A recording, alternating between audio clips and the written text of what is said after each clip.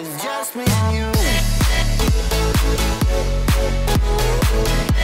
Salut mon petit Novel, c'est Théo de Novel Class. On est parti pour le 4e exercice sur les fonctions et aujourd'hui on va parler des opérations sur les limites.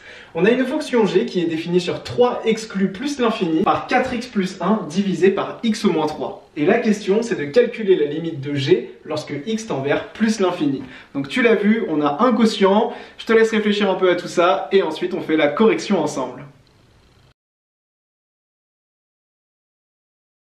Alors mon petit Novel, on voit qu'on a un quotient. Je vais renoter g de x ici, comme ceci, 4x plus 1 divisé par x moins 3.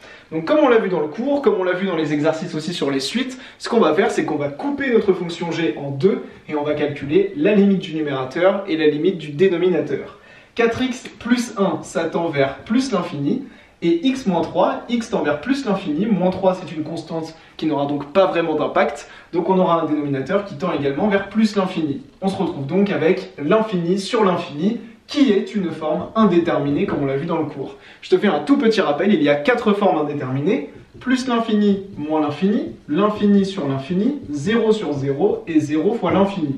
Ici on est donc dans l'infini sur l'infini, on a donc une forme indéterminée. Alors comme je te l'ai dit dans le cours et comme on l'a vu dans les suites, l'idée ça va donc être de faire des calculs sur notre quotient pour faire disparaître la forme indéterminée.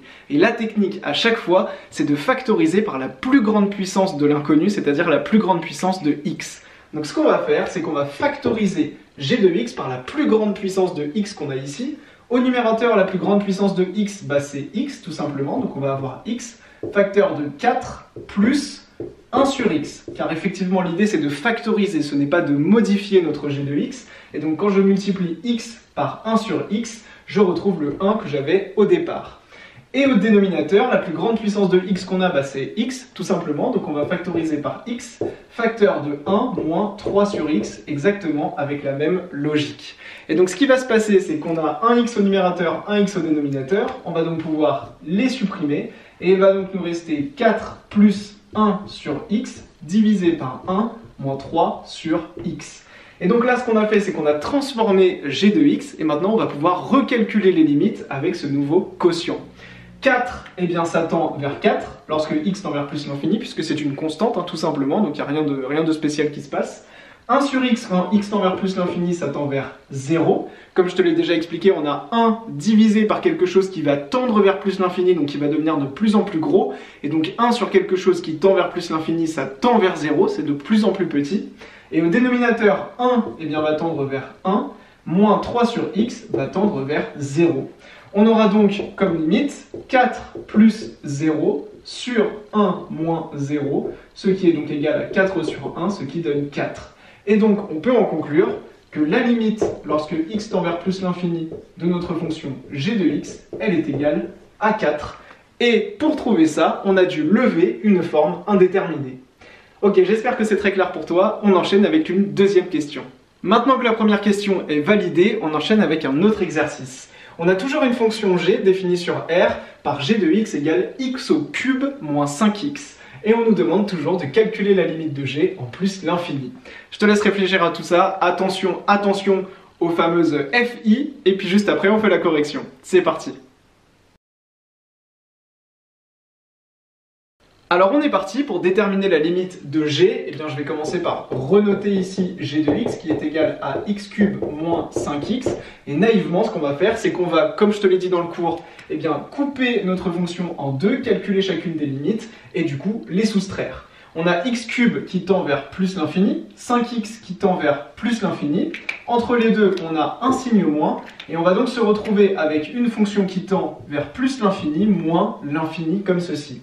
Et ça, évidemment, je pense que tu l'avais compris, tu commences à le comprendre, c'est une forme indéterminée. Et donc il va falloir lever l'indétermination. Pour faire ça, comme je te l'ai dit dans l'exercice précédent et puis comme on l'a vu dans le cours, on va factoriser par la plus grande puissance de x possible. Et c'est également le cas dans le cas d'une somme, d'une soustraction, d'un quotient. Vraiment la petite technique qu'on utilise dans 90% des cas, c'est de factoriser par la plus grande puissance de x. Ce qu'on va donc pouvoir faire ici, c'est transformer notre g de x en factorisant par la plus grande puissance de x, qui est ici x cube. On va donc factoriser par x cube, on aura donc x cube facteur de 1, moins 5 divisé par x au carré. Donc là je l'ai fait tout de suite parce que j'ai pas mal d'entraînement sur ça, mais pour le comprendre c'est très simple. L'idée ce n'est pas de transformer notre g de x mais de retrouver g de x, donc de retrouver notre 5x. Et donc ici si je multiplie x au cube par 5 sur x au carré, je vais bien retrouver le 5x que j'avais au départ. Ok, donc on a ici la forme factorisée, et maintenant on va pouvoir recommencer notre calcul sur les limites. On a les priorités opératoires, évidemment, on va commencer par calculer ce qu'on a dans les parenthèses, la limite qu'on a dans les parenthèses, et ensuite on multipliera par le reste. Dans notre parenthèse, on a 1 ici qui va tendre vers 1, moins 5 sur x carré qui tend vers 0. Donc dans notre parenthèse, on a donc quelque chose qui tend vers 1. Et puis donc notre x cube ici, il tend vers plus l'infini. On a donc une limite qui est 1 fois plus l'infini, ou plus l'infini fois 1, car entre les deux ici on a un produit, et donc 1 fois plus l'infini c'est pas une forme indéterminée, et quand on multiplie plus l'infini par 1, eh bien ça reste plus l'infini. Et donc grâce à cette factorisation, on a levé notre forme indéterminée, et on a pu en déduire que la limite de notre fonction g c'est plus l'infini.